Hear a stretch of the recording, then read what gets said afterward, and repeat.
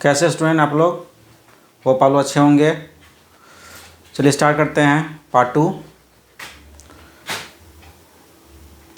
Direct tax basic concept मई 2023 के लिए। लास्ट क्लास में जो हम लोग पढ़े थे कुछ रिवाइज कर ले रहे हैं। ओके,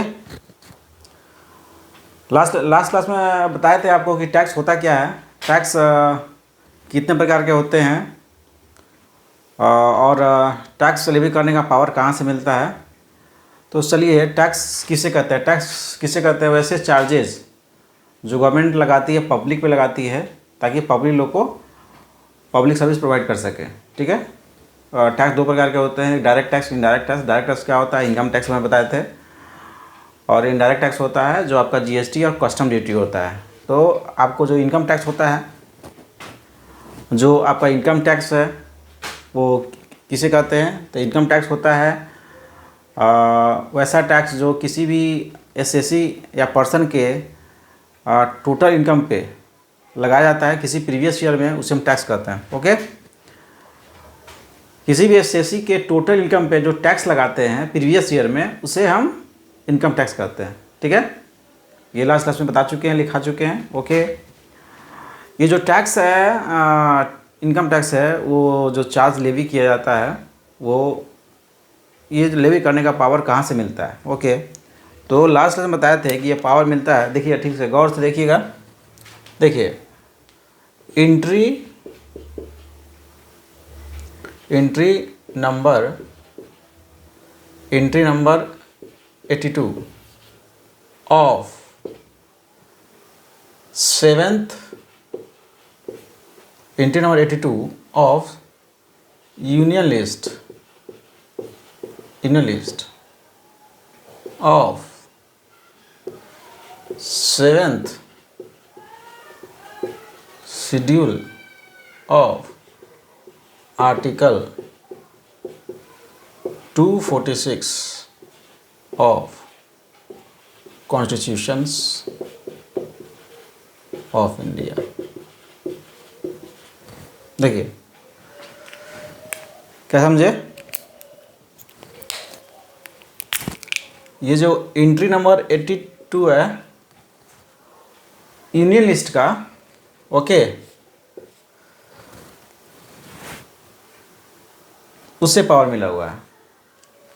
तो हम बोल सकते हैं कि जो 7th शेड्यूल है आर्टिकल 246 का कॉन्स्टिट्यूशन ऑफ इंडिया, उसमें जो लिखे हुए हैं यूनियन लिस्ट, उसमें जो है एंट्री नंबर 82 उससे पावर मिला हुआ है। मतलब कॉन्स्टिट्यूशन ऑफ इंडिया का जो है आर्टिकल 246 में जो 7th शेड्यूल है, जिसमें जो यूनियन लिस्ट है, जिसमें कि एंट्री नंबर 82 है, उससे पावर मिला है सेंट्रल गवर्नमेंट का कि लेवी करने का इनकम टैक्स। ओके, मतलब जो पावर मिला है, power to central government to make law on income tax. Constitution of India का जो आर्टिकल 246 है, उसके जो 7 शेड्यूल्स है, उसके जो यूनियन लिस्ट है, ठीक है, उसके जो एंट्री नंबर 82 है, उससे पावर मिला है सेंट्रल गवर्नमेंट को इनकम टैक्स के रिगार्ड में लॉ बनाने का, मतलब लेवी करने का टैक्स और टैक्स को कलेक्ट करने का। ठीक है, तो यही पावर यूज करके सेंट्रल गवर्नमेंट ने क्या बना दिया? Income tax act 1961। किसने बना दिया? सीजी ने इसको गठित कर दिया। ठीक है, ये तो हम लास्ट क्लास में बताए थे, लेकिन शॉर्ट में आपको बता दिए हैं। अब देखिए, इनकम टैक्स एक्ट को गवर्न करने के लिए अकेला काफ़ी नहीं है, उसके लिए इनकम टैक्स लॉ में जितने कंपोनेंट है सब जरूरी है। जैसे लास्ट क्लास में बताए थे, इनकम टैक्स लॉ सबसे जो बड़ा होता है वो इनकम टैक्स लॉ होता है। ठीक है, बोल सकते हैं सबसे बड़ा क्या होता है? इनकम टैक्स लॉ होता है। कानून है, आयकर कानून। कानून के अंदर क्या क्या आता है?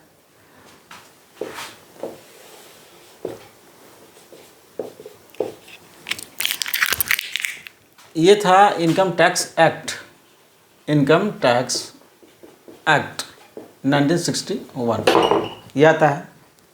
फिर होता है एनुअल फाइनेंस एक्ट, जो फाइनेंस एक्ट हमको लागू होगा, फाइनेंस एक्ट 2022 हम लोग को सिलेबस में है 2023 में, जो मई है अटेम्प्ट है या नवंबर है उसके, उसमें आपका अप्लीकेबल होगा फाइनेंस एक्ट 2022। ओके, उसके बाद आएगा इनकम टैक्स रूल्स आएगा। इनकम टैक्स रूल्स है 1962। फिर आपको नोटिफिकेशंस है या सर्कुलर्स है, ये आएंगे। और लास्ट में केस लॉ आता है। ये सब मिला के जो इनकम टैक्स लॉ कानून का निर्माण होगा। ठीक है, तो इनकम टैक्स एक्ट 1961, ठीक है सर, सेंट्रल गवर्नमेंट ने इसको गठित किया। ये पूरे होल ऑफ इंडिया में ये लागू होता है। एनुअल फाइनेंस एक्ट है, जो इसमें अमेंडमेंट जो चेंज है, जो बदलाव करना है, जो एनुअल फाइनेंस एक्ट के थ्रू करते हैं। एनुअल फाइनेंस एक्ट आपको बताया था लास्ट क्लास में कि हर साल जो है फाइनेंस मिनिस्टर जो है फाइनेंस बिल को पार्लियामेंट में रखते हैं। ठीक है, और बोथ हाउस ऑफ पार्लियामेंट से ये पास होता है, लोकसभा राज्यसभा से। उसके बाद क्या होता है, एसेंट मिलता है प्रेसिडेंट से, तब जाके जो है इनकम एनुअल फाइनेंस एक्ट का निर्माण होता है। फिर इनकम टैक्स रूल्स आया 1961। इनकम टैक्स रूल्स 1961 से CBDT द्वारा ये बनाया जाता है रूल्स को। ओके, जो इनकम टैक्स जो एक्ट है उसको प्रोविजन को चलाने के लिए जो होता है, जो मतलब इनकम टैक्स एक्ट 1961 का प्रोविजन को कैरी आउट करने के लिए आपको इनकम टैक्स रूल की ज़रूरत होता है। ठीक है, और नोटिफिकेशन सर्कुलर्स ये भी जो है आपका CBDT ही करता है। बताएंगे बाद में डिटेल में कि हाँ CBDT होता क्या है या CBDT का गठन क्यों होता है। ठीक है, फिलहाल अभी जो चल रहा है क्लास में कुछ इंपॉर्टेंट टॉपिक है वो बता रहे हैं, उसके बाद फिर लास्ट में आएंगे तो वहाँ पे चलेंगे। ओके, तो नोटिफिकेशन और सर्कुलर्स क्या है, वो नोटिफिकेशन सर्कुलर्स होता क्या है कि ये भी CBDT का ये करती है, लाती है। जो सर्कुलर नोटिफिकेशन, तो नोटिफिकेशन जो आता है और जो सर्कुलर है, नोटिफिकेशन जो आता है वो भी सेंट्रल गवर्नमेंट ही लाती है नोटिफिकेशंस। ठीक है, और नोटिफाई के मतलब बताया जाता है, इन्फॉर्म किया जाता है। ठीक है, कुछ भी अगर नया कुछ लाया जा रहा है तो उसको नोटिफिकेशन थ्रू इन्फॉर्म किया जाता है। और जो सर्कुलर्स है, जो CBDT जो है इसको लाती है। तो सर्कुलर लाने का कारण यही है कि मतलब जो भी डाउट होता है प्रोविजंस में, उस डाउट को क्लियर करने के लिए आपको सर्कुलर को लाया जाता है। सर्कुलर बाइंड करता है डिपार्टमेंट पे, ध्यान दीजिएगा, सर्कुलर बाइंड करता है डिपार्टमेंट पे, SSC पे नहीं, SSC को बाउंड नहीं करता है।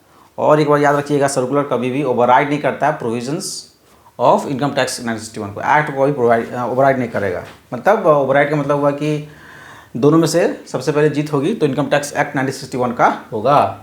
केस लॉ होता है, केस लॉ के थ्रू बहुत सारे जो क्लैरिफिकेशन आते हैं। केस लॉ का मतलब है कि कोई भी केस अगर कहीं पे पेंडिंग है तो उसको क्लैरिफाई करके जो भी आपके जो मतलब टॉपिक है या रूल्स है, सॉरी जो प्रोविजंस है, उसको क्लैरिफाई किया जाता है, उसको सही किया जाता है कि हाँ ये मतलब केस लॉ से आप किसी भी प्रोविजंस को एलोबरेट कर सकते हो, किसी भी प्रोविजंस को व्याख्या कर सकते हो, बता सकते हो, कह सकते हो कि हाँ ये जो प्रोविज़न जो दिया हुआ है ये सही है। ओके, तो इनकम टैक्स लॉ बता दिए। जैसे कंपनी एक्ट, देखिए इनकम टैक्स लॉ उस तरह कंपनी लॉ होता है। तो हम लोग चैप्टर में पढ़े हैं, हम लोग हमेशा पढ़ते थे कंपनी लॉ।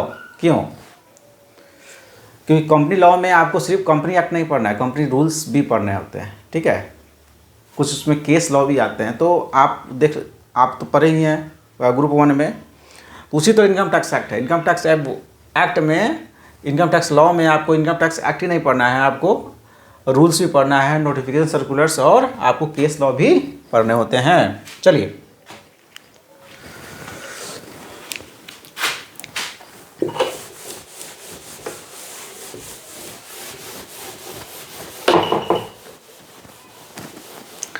अब देखिए, हमने आपको बताया था कि इनकम टैक्स होता क्या है। इनकम टैक्स होता क्या है? इनकम टैक्स क्या होता है? चलिए, इनकम टैक्स का जो डिफिनीशन है उसी में सारा जो है आपका ये बेसिक कंसेप्ट लगभग कंप्लीट हो जाएगा। Okay, tax on total income of a person during previous year. बोला है कि किसी भी पर्सन के टोटल इनकम पे किसी प्रीवियस ईयर में टैक्स लगाते हैं उसको बोलते हैं इनकम टैक्स बोलते हैं। ओके, तो देखिए क्या क्या इसमें है। सबसे पहले ये है, फिर आपका टोटल इनकम है, फिर पर्सन है, फिर प्रीवियस ईयर है। या आप देख सकते हैं 1 स्टार है, 2 स्टार है, 3 स्टार है और 4 स्टार है। ये आपको बताएंगे कि हाँ टैक्स कैसे कैलकुलेट करते हैं, टोटल इनकम का कैलकुलेशन कैसे करना है, पर्सन क्या होता है और प्रीवियस ईयर किसे कहते हैं। तो प्रीवियस ईयर के साथ में आपको पढ़ा देंगे असेसमेंट में किसे कहते हैं। ओके, तो आप बोलिएगा कि सर पहले आप टैक्स बता दीजिए। तो टैक्स तो बता चुके हैं आपको, टैक्स क्या होता है, कैलकुलेशन कैसे करना बताएंगे आपको, कैसे कंप्यूट करना है टोटल इनकम। तो चलिए शुरू करते हैं। ये पहले लिख लीजिए। ये जब आप लिख लेंगे तो आपको दिक्कत नहीं आएगी कि हाँ सर पढ़ा रहे हैं तो कैसे सीक्वेंस में जा रहे हैं। Tax on total income of a person during previous year को क्या बोलते हैं, इनकम टैक्स बोलते हैं। ये लिख लीजिए और आप ऐसे अंडरलाइन कर लीजिएगा रेड पेन से या मार्कर से। आप इस रेड पेन से हाइलाइटर से इसको हाईलाइट कर लीजिएगा और जैसे जैसे बताइए लिख लीजिए। पहले लिख लीजिए tax and total income of a person during previous year. Okay, चलिए होप आप लोग लिख लिए होंगे।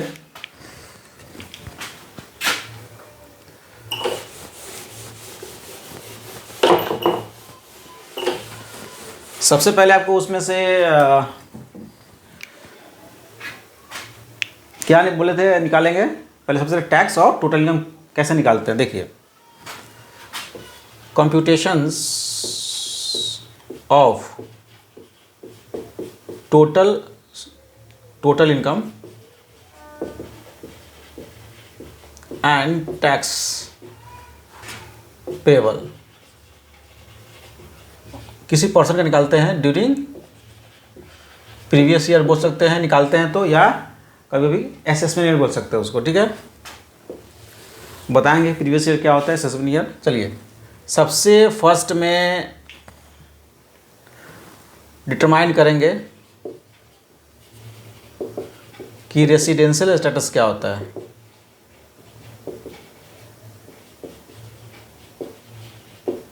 ठीक है, सबसे फर्स्ट में डिटरमाइन करेंगे कि रेसिडेंशियल स्टेटस क्या होता है।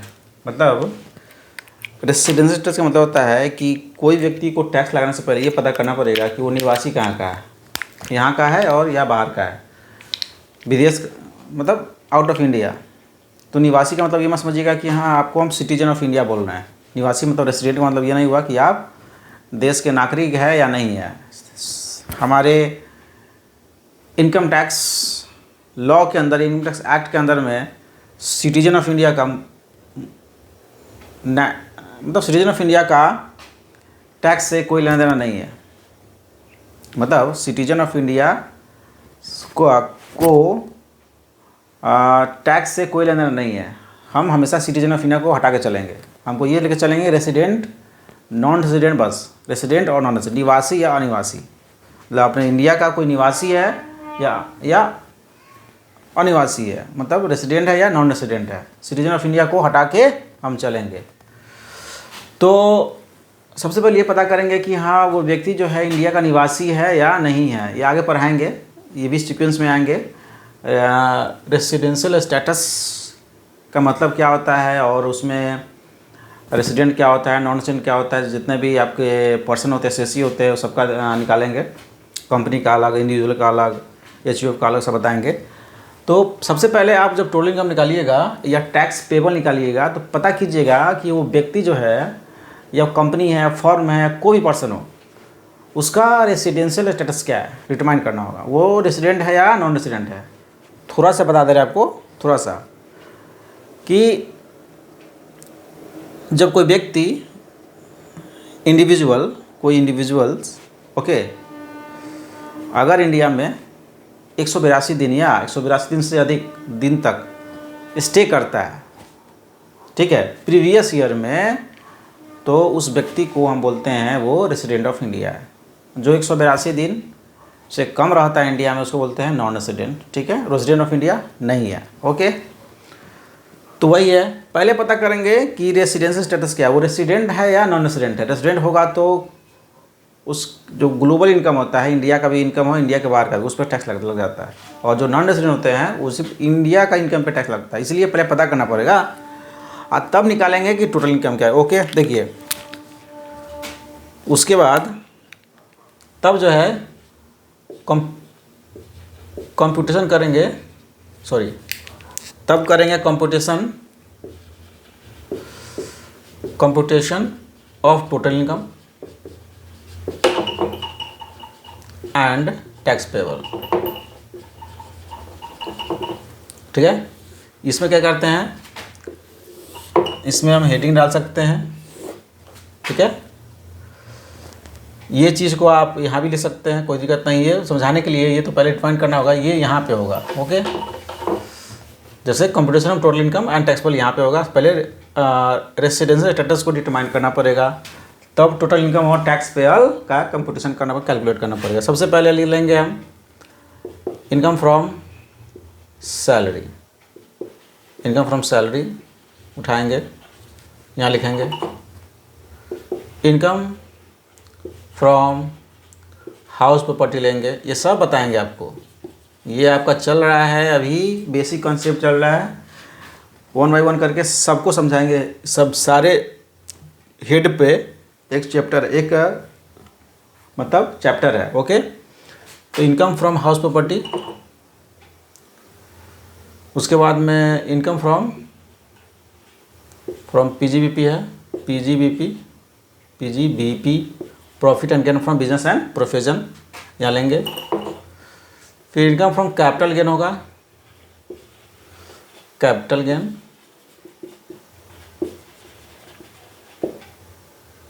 और आपका होता है अदर सोर्स। इस सबको जोड़ेंगे, सारे को जोड़ के सारे जोड़ेंगे। देखिए इनकम फ्रॉम सैलरी तो बता दे रहे हैं क्या होता है। सैलरी का मतलब तो कहीं भी किसी कंपनी में जॉब करते हो तो आपको सैलरी मिलता है, आप एम्प्लॉय और सामने वाला एम्प्लॉयर होता है, कंपनी एम्प्लॉयर होता है, तो सैलरी मिलेगा तो आपको हेड में जोड़ना पड़ेगा। ओके, हाउस प्रॉपर्टी है, आपका कोई मकान है, ठीक है, आप रेंटल इनकम होता है, रेंट पे लगाते हो, तो जो भी रेसिडेंशियल हाउस होता है उसको आप रेंट पे लगाते हो, तो जो उस पर जो रेंट आता है वो चल जाता है हाउस प्रॉपर्टी की इनकम में। पीजीबी हुआ, कोई बिजनेस कर रहे हो, सीमेंट का, कंस्ट्रक्शन का कोई बिजनेस कर रहे हो आप, ओके, तो आपका जो बिजनेस होता है उससे इनकम आता है, तो आप पीजीबी में, उसमें पीजी मतलब profit and gain from business and profession. Profession में मेडिकल हुआ, इंजीनियरिंग हुआ, चार्टर अकाउंटेंट हुआ, डॉक्टर हुआ, सबका इसमें आता है। इनकम फ्रॉम कैपिटल गेन, जैसे आप शेयर को बेचते हो, ठीक है, capital asset, long term capital, short term capital asset सब बेचते हो, इसमें आता है, ठीक है। 1600 में से लॉटरी का इनकम हुआ, इंटरेस्ट का इनकम हुआ, डिविडेंड इनकम, ये सब सारे इसमें आते हैं, सबको जोड़ते हैं। उसके बाद में हम करते हैं क्लबिंग प्रोविज़न, क्लबिंग प्रोविज़न, फिर करते हैं set of and carry forward. Setup करते हैं, ठीक है। क्लबिंग प्रोविज़न का मतलब आप आगे में पढ़िएगा कि जब आप किसी को, जैसे आपका जो है माइनर सन है, उसको अगर प्रॉपर्टी को ट्रांसफ़र कर रहे हो तो उसका जो भी इनकम होगा वो आपको उसके फादर में क्लब हो जाएगा, मतलब माना जाएगा कि वही उसी का इनकम माना जाएगा, उसी पे टैक्स लग जाता है। और सेटअप होता है कि जैसे कि ये सारे जो हेड होते हैं, जैसे कि income from salary, house property या पीजीबीपी, उसके अंदर में जो लॉस आएगा और जो उसका प्रॉफिट आएगा तो उसको सेटअप करना होता है। सब करने के बाद में जो आएगा तो उसको बोलेंगे ग्रॉस टोटल इनकम, ठीक है। ग्रॉस टोटल इनकम में आने के बाद इसमें सबसे इसमें आपको डिडक्शन मिलता है चैप्टर 6 में, सब पढ़ना होगा, घबराइए नहीं, don't worry. Under chapter 6A इसमें 80C से लेके 80U तक आपको डिडक्शन मिलता है, ठीक है। सब पढ़ना है कि डिडक्शन किसे कहते हैं, ओके, एग्जाम्पशन किसे कहते हैं, दोनों में क्या अंतर है, सब पढ़ना आपको है। तो ये जो आ गया ना, यही हो गया आपका total income. Oh my God, समझे। सारे हेड को जोड़ेंगे तो उसके बाद में क्लबिंग प्रोविजन और सेटअप सब करना है, तब जोड़ के आएगा। तो सारे प्रोविजन करके सारे सबका क्लबिंग करके सेटअप करके ग्रॉस टोटल इनकम उसमें से माइनस करेंगे। जो भी डिडक्शन करना होता है चैप्टर 6 में 80C से लेकर 80U तक उसमें डिडक्शन करेंगे, तब अगर टोटल डिडक्शन में जैसे मान लीजिए कि आप मेडिकल क्लेम लिए हुए हैं, तो आप इंश्योरेंस प्रीमियम पे करते हैं तो उस पर भी डिडक्शन मिल जाता है, ठीक है। जैसे आपकी कोई LIC है, LIC प्रीमियम है, वो भुगतान करते हैं तो उस पर भी डिडक्शन मिलता है। बहुत सारे ट्यूशन फ़ी है, ठीक है। मतलब कोई बीमारी है, बीमारी पे जो खर्च करते हैं तो उस पर भी डिडक्शन मिलता है। कहीं पे आप डोनेशन देते हैं चैरिटेबल ट्रस्ट में, उस पर भी डिडक्शन मिल जाता है। तो 80C से 80U तक आपको डिडक्शन इसमें है, आगे पढ़ना है। तो आपको जोड़ने के बाद में आता है टोटल इनकम, ओके। तो टोटल इनकम में जब आता है तो इस पर टैक्स निकालते हैं, इसी पे टैक्स निकालते हैं, इसी पे हम टैक्स निकालते हैं। तो इसमें जो टैक्स निकालेंगे तो जो इंडिविजुअल होता है, आगे पढ़ेंगे, पर्सन में बहुत सारे होते हैं, इंडिविजुअल, कंपनी, HUF, आपका जो है फॉर्म होता है, इंक्लूडिंग LLP आता है, AOP है, BOI है, artificial intelligence person, local authority, ये सब सारे आते हैं इसी में। तो उसका अलग अलग जो है उस पर टैक्स निकलता है। जैसे कि मान लीजिए इंडिविजुअल है तो उसका स्लैब रेट दिया हुआ है, ठीक है। रेट दिया हुआ है किस में, फाइनेंस एक्ट में। तो जो रेट दिया हुआ है उस रेट पे आपको कैलकुलेट करना पड़ेगा। कंपनी के लिए फ्लैट आती है 30%, कुछ नया नया जो प्रोविज़न उसमें आया हुआ है, जैसे 115B AA है, 115BAB है, ठीक है। तो उसमें अलग सा रेट दिया हुआ है। फर्म है तो फर्म का अलग से टैक्स लगता है, ओके। लोकल अथॉरिटी का टैक्स लगता है, AOP, BOI, artificial intelligence person, ठीक है। तो सबका अलग अलग टैक्स कैलकुलेशन होता है। तो इस पर हम टैक्स निकाल देंगे, टैक्स निकालेंगे, टैक्स ऑन टोटल इनकम, ये पे निकालेंगे, यहाँ पे आ जाएगा, ठीक है, यहाँ पे आ जाएगा। जब टैक्स निकाल देंगे तो इस पर सबसे पहले हम जोड़ते हैं सरचार्ज, ओके। सरचार्ज निकालते हैं, किस में निकालते हैं बताइए। सरचार्ज टोटल इनकम पे निकलेगा या टोटल इनकम में जो टैक्स निकला उस पर निकलेगा।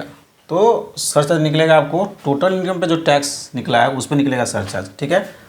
तो कुछ लिमिट होता है, कुछ लिमिट होता है, ठीक है।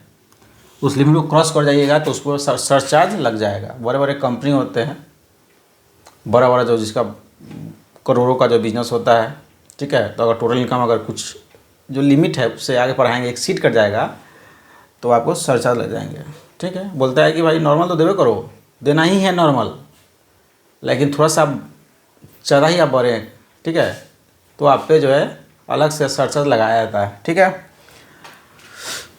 जो सरचार्ज लगता है, जो जोड़ने के बाद आता है उस पर आप HEC लगाते हैं, हेल्थ इंश्योरेंस लगाते हैं @4%, फिक्स्ड है, वो लगाते हैं। टैक्स ऑन टोटल इनकम जो निकला उस पर आप सरचार्ज को जोड़े, ठीक है। फिर उस पर 4% निकाले आप हेल्थ इंश्योरेंस सेस को, तो ये जो आया टैक्स पेएबल आया, ठीक है। या टैक्स पेएबल, देखिए टैक्स पेएबल आया। और कभी कभी भी क्या होता है कि आप जो है जैसे रिटर्न फाइल करना है आपको, ड्यू डेट पे रिटर्न फाइल नहीं किए, ठीक है। तो आप ड्यू डेट पे रिटर्न फाइल नहीं करते हो, जो भी ड्यू डेट है, तो आपको जो है आपको इंटरेस्ट लगता है भाई, 234A में लगता है, या आप जब भी फाइनेंशियल के एंड तक 90% का भुगतान नहीं करते हो एडवांस टैक्स का, तो आपको फिर 34B में लगता है और 34C में आपको लगता है कि यार जो इंस्टॉलमेंट समय भुगतान नहीं कर रहे हो एडवांस टैक्स का, तो वो भी जो है आपको इंटरेस्ट लगता है। 234A, 234B और 234C तीनों में इंटरेस्ट आपको लगता है। ठीक है, ये तीनों हैं जो समय पे भुगतान नहीं करना है आपको, नहीं करते हो। ठीक है, समय पे जो आपको रिटर्न फाइल करना है या समय पे जो एडवांस टैक्स देना है, इंस्टॉलमेंट देना है, उसको नहीं दे रहे हो तो आपको इंटरेस्ट लगाया जाता है। चलिए, तो यहाँ पे आपको जो टैक्स पेबल आया है, यहाँ पे सॉरी जगह नहीं है तो हम यहीं पे लिख रहे हैं interest under section 234A, 234B और 234C। ये टोटल अगर जोड़ देते हैं इंटरेस्ट, क्योंकि आप टैक्स दे रहे हो और टैक्स देने के बाद में सरकार आपको लगा रही है, इनकम टैक्स डिपार्टमेंट जो है आप पे इंटरेस्ट चार्ज कर रही है, तो वो भी जुड़ जाएगा। जुड़ने के बाद में जब आएगा जो बचेगा शेष, यहाँ लिख दे रहे हैं नेट टैक्स पेबल बचेगा। मतलब टैक्स जो पेबल आया है, टैक्स ऑन टोटल इनकम पे सरचार्ज जोड़ने के बाद और हेल्थ एंड एजुकेशन सोर्स 4% जोड़ने के बाद जो आया है वो टैक्स पेबल आया है। और उसमें हम इंटरेस्ट 234A, 34B और 234C, मतलब जो होगा तो वही ना, 34A में होगा तो तब तो देंगे ना, अगर वो नहीं है अगर ड्यू डेट पे अगर हम रिटर्न फाइल कर दे तो क्यों लगेगा। तो तीनों में से कोई भी सब अगर देना है तो आपको जोड़ना पड़ेगा पहले इंटरेस्ट, तब आएगा नेट टैक्स पेबल। ओके, अब क्या करना है देखिए, याद कीजिए, आप लोग तो इंटर में पढ़े होंगे इंटरमीडिएट में, कि जो भी आप TDS भुगतान करते हो या TCS कलेक्ट करते हो या जो भी जो है TDS पहले से अगर SSC अगर TDS दे चुका है या TCS दे चुका है या एडवांस टैक्स भुगतान कर चुका है, उसको सरकार बोलती है कि भाई उसको माइनस करो। क्यों माइनस करो? मान लीजिए आपका टैक्स निकला 10,000, पहले से TDS आप 5,000 दे चुके हैं, सॉरी पहले से आप 4,000 दे चुके हैं TDS।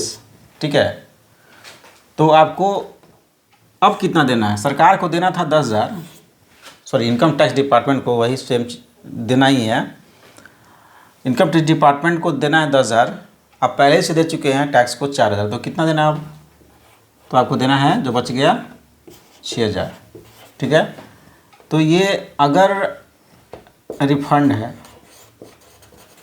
और डिमांड है, अगर 10,000 इनकम टैक्स डिपार्टमेंट को 10,000 देना है, लेकिन पहले से TDS कितना दे चुके हो 4,000, तो 6,000 क्या होगा? सरकार और मांगेगी। ठीक है, तो ये हो गया आपका डिमांड हो गया। मान लीजिए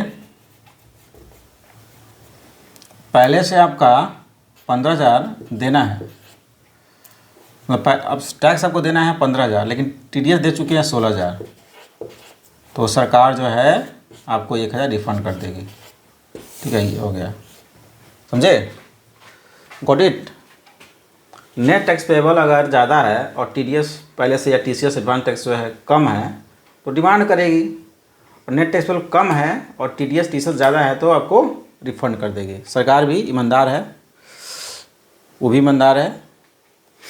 ओके, तो ये हो गया कि आपको सबसे पहले क्या करना होगा इसमें कि आपको रेसिडेंसी स्टेटस को देखना पड़ेगा कि रेसिडेंट नॉन रेसिडेंट है। फिर आपका टोटल इनकम निकालिए, उस पर टैक्स निकालिए, तो सबको जोड़िए, क्लबिंग कीजिए, सेटअप कीजिए, ग्रॉस टोटल इनकम आएगा। उसमें से डिडक्शन अंडर चैप्टर 4(6)(a) में आपको सेक्शन 80C 80 के बीच में आपको डिडक्शन मिलेगा। ठीक है, तब जो घटाइएगा आएगा टोटल इनकम में सरचार्ज जोड़िएगा और हेल्थ एजुकेशन सेस 4% जोड़ना पड़ेगा। जोड़ने के बाद में आपका आएगा टैक्स पेबल।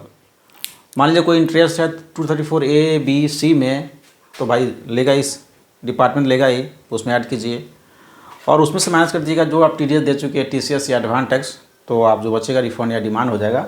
आपका हो गया कि कंप्यूटेशन ऑफ टोटल इनकम और टैक्स पेबल। चलिए, तो आपने सबसे पहले हमने सर्कल किया था टैक्स का और टोटल इनकम का, वो आपको डिटरमाइन हो गया।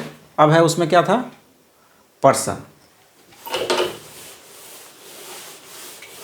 ओके,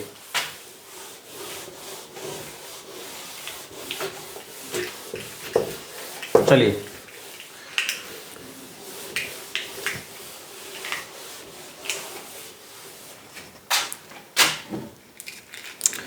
चलिए पर्सन किसे कहते हैं, पर्सन किसे कहते हैं। देखिए, पर्सन का मतलब होता है कि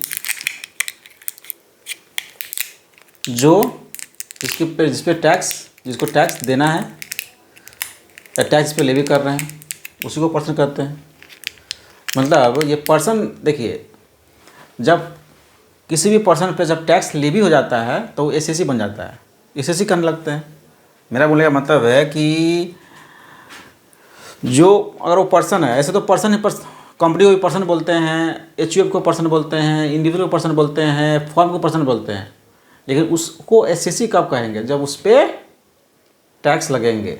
ठीक है, चलिए आइए, पर्सन किसे क्या क्या होता, कौन कौन होता है।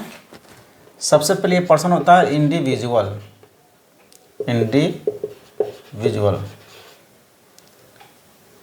इंडिविजुअल, ठीक है, इंडिविजुअल होता है पर्सन। उसके बाद होता है एचयूएफ है, उसके बाद है कंपनी है,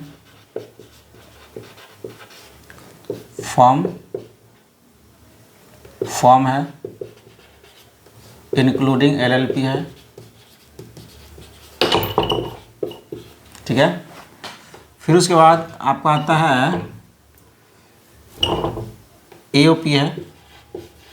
एओपी का मतलब एसोसिएशन ऑफ पर्सन, लिखने की जरूरत नहीं है, जब इसको डिफाइन करेंगे, समझाएंगे तो पूरा लिख देंगे, कोई दिक्कत नहीं। एओपी है, बीओआई है, body of individual, local authority है,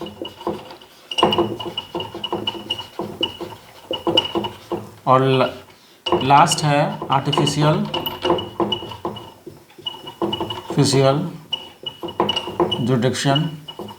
जुडिकल पर्सन।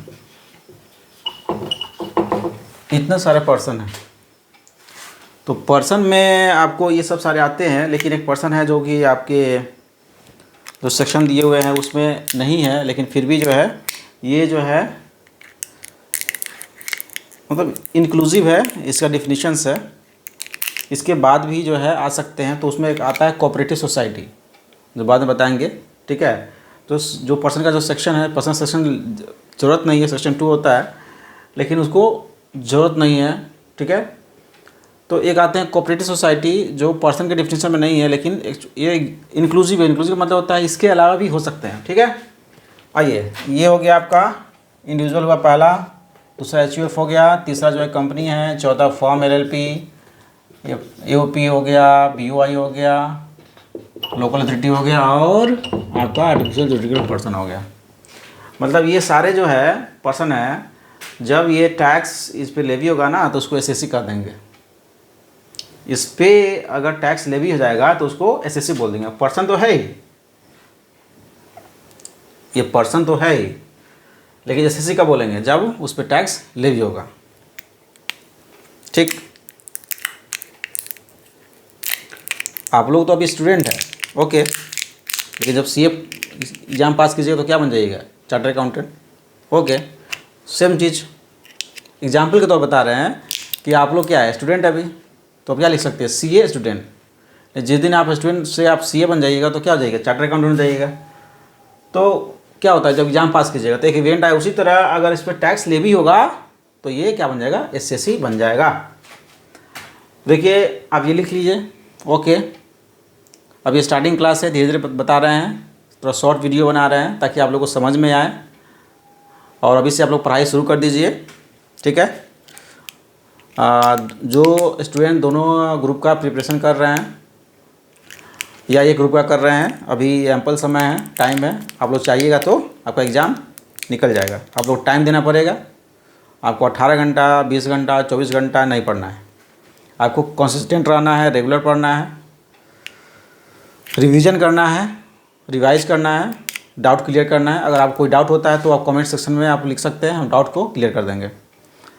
तो अगर आपको कोई बोल रहे हैं कि नहीं आपको 18 घंटा पढ़ना है, 20 घंटा पढ़ना है, ऐसा कुछ नहीं है। 18 घंटा 20 घंटा जो पढ़ने वाला जो होता है कहीं भी नहीं है। कोई भी एग्ज़ाम में, जो यूपीएससी एग्ज़ाम है, कोई भी ऐसा नहीं है।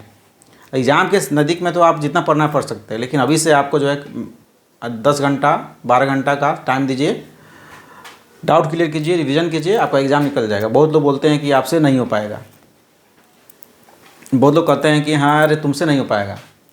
तो जो बोलते हैं सही में उससे नहीं हो पाएगा, आप तो क्लियर कर लीजिएगा। हमेशा पॉजिटिव रहिए और वो जो नेगेटिव लोग हैं उससे आपसे दूरी बना के रखिए और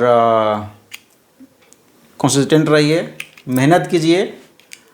कोई लक साथ नहीं देता है, कोई लक काम नहीं करेगा। आपको अपने पढ़ाई पे फोकस करना है। 4 महीना भूल जाइए, आपको 4 महीना चाहिए और 40 साल ज़िंदगी ऐश कीजिए, या 4 महीना बर्बाद कर दीजिए, 40 साल बर्बाद हो जाएगा। कौन अच्छा सबसे? 4 महीना आप पढ़ लीजिएगा तो 4 महीना पढ़ लीजिएगा तो 40 साल ऐश कीजिएगा, या 4 महीना को बर्बाद कर दीजिएगा तो 40 साल को बर्बाद हो जाएगा भाई आपका। मेरा बोलने का मतलब है कि ये 4 महीने का कष्ट अच्छा, ये 40 साल का कष्ट अच्छा। कोई भी तो ये सोचेगा ना भाई कि हम 4 महीना पढ़ ले और सीए निकाल ले, 40 साल ऐश से काटेंगे। ओके,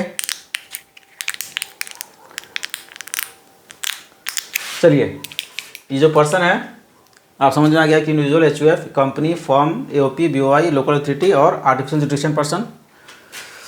इसमें आपको अब स्टार्ट शुरू करेंगे कि इंडिविजुअल क्या होता है, एचयूएफ क्या होता है, कंपनी है, फर्म है, एओपी है, बीओआई और लोकल अथॉरिटी और आर्टिफिशियल जुडिकल पर्सन। सबसे पहले स्टार्ट करेंगे कि इंडिविजुअल क्या होता है। इंडिविजुअल देखिए, आज से क्लास आज रहने देते हैं, फिर नेक्स्ट वीडियो कल बनाएंगे। अभी थोड़ा सा स्टार्ट कर रहे हैं। आप लोग रिवीजन, आप लोग पढ़ाई शुरू कर दीजिए और हर दिन एक वीडियो डालेंगे, ठीक है। और जो भी आपको अगर डाउट होगा आप अपने कमेंट सेक्शन में लिख के भेज सकते हैं, मैं आपको डाउट क्लियर कर दूंगा। ओके, चलिए इसके लिए धन्यवाद, टाटा बाय।